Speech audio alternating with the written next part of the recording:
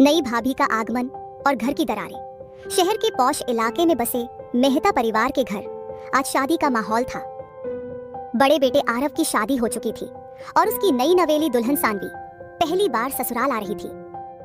चेहरे पर सौम्यता, आंखों में आत्मविश्वास और चाल में शालीनता।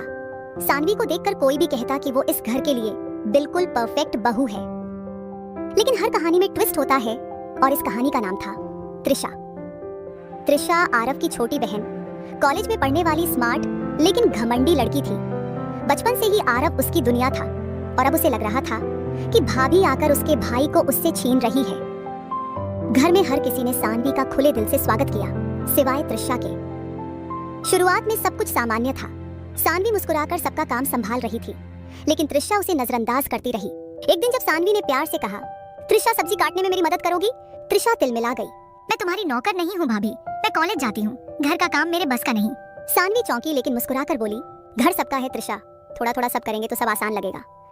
त्रिशा को यह जवाब चुभ गया। बस उसी दिन से दोनों के बीच एक ठंडी जंग शुरू हो गई।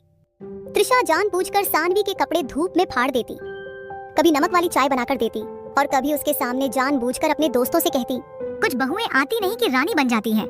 सानवी ने कोई जवाब नहीं दिया, लेकिन अंदर ही अंदर वो त्रिशा के बर्ताव की वजह जानना चाहती थी। तभी एक दिन कुछ अजीब हुआ। रात के 11 बजे थे, घर के सारे कमरे बंद थे। आरव अपने ऑफिस के मेल्स में व्यस्त था और सानवी पानी लेने किचन में गई थी।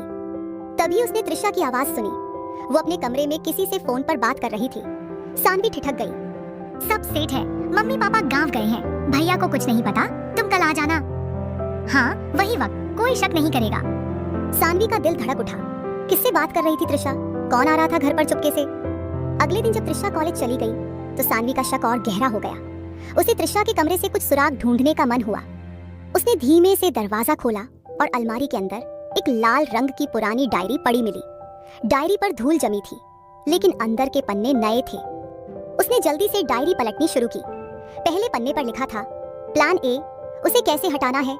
दूसरे पन्ने पर एक अजनबी लड़के का नाम लिखा था, विवेक। सानवी के चेहरे का रंग उड़ गया। तभी दरवाजा तेजी से खुला और त्रिशा सामने खड़ी थी। उसकी आंखों में आग थी। क्या कर रही हो मेरे कमरे में? त्रिशा, मैं बस साफ सफाई।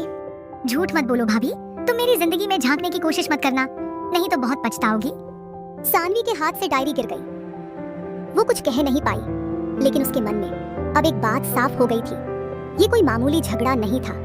त्रिशा कुछ बड़ा छुपा रही थी और शायद खतरा उसके अपने ही घर में पनप रहा था। सानवी के दिमाग में अब सिर्फ एक सवाल घूम रहा था, कौन है विवेक? और त्रिशा किसे हटाने की बात कर रही थी? क्या ये घर अब उतना सुरक्षित नहीं जितना वो समझ रही थी?